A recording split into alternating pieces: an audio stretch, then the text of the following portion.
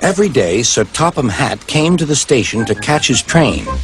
"Hello," he always said to Thomas. "Don't let the silly freight cars tease you. Remember, you have an important job as a special helper in the train yard."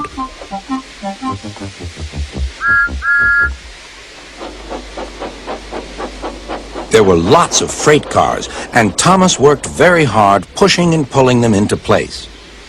There was also a small coach and two strange things his driver called cranes. "That's the breakdown train," he told Thomas. "The cranes are for lifting heavy things like engines and coaches and freight cars." One day, Thomas was in the yard. Suddenly, he heard an engine whistling. "Help! Help!" A freight train came rushing through much too fast. The engine was James, and he was frightened. His brake blocks were on fire. "They're pushing me! They're pushing me!" he panted. "On! On!" laughed the freight cars, still whistling, "Help! Help!" Poor James disappeared. "I'd like to teach those freight cars a lesson," said Thomas the Tank Engine.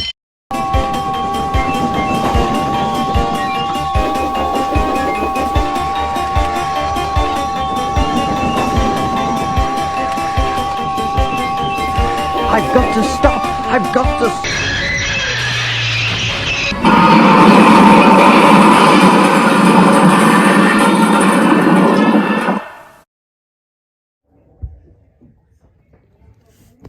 The tank engine. Soon came the alarm. "James is off the line! The breakdown train! Quickly!" Thomas was coupled on, and off they went.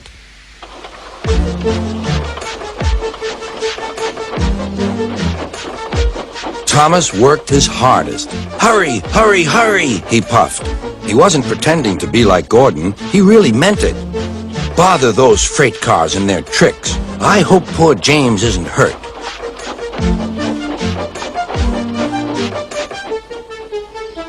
James's driver and firemen were feeling him all over to see if he was hurt.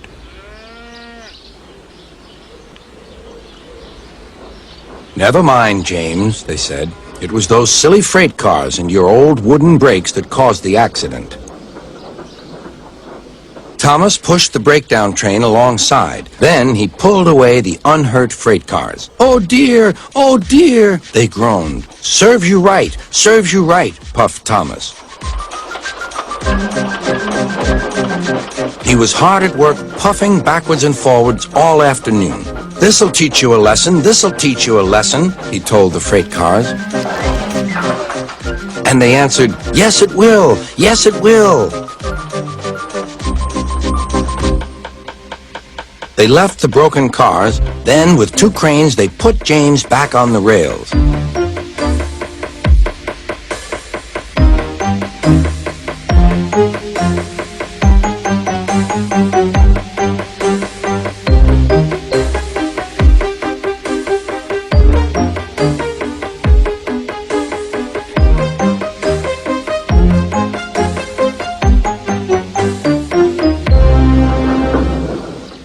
He tried to move, but he couldn't, so Thomas helped him back to the shed.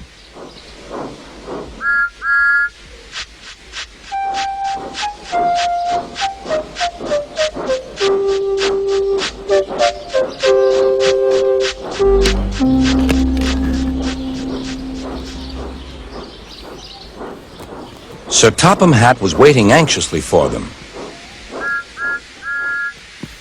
"Well, Thomas," he said, "I've heard all about it, and I'm very pleased with you. You're a really useful engine. James shall have some proper brakes and a new coat of paint, and you shall have a branch line all to yourself." "Oh, thank you, sir," said Thomas. Now Thomas is as happy as can be. He has a branch line and two coaches called Annie and Clarabelle. He puffs proudly backwards and forwards with them all day.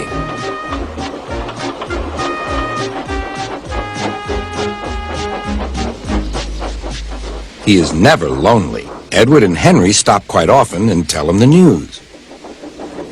Gordon is always in a hurry, but never forgets to say, "Boop, boop," and Thomas always whistles, "Beep, beep," in return.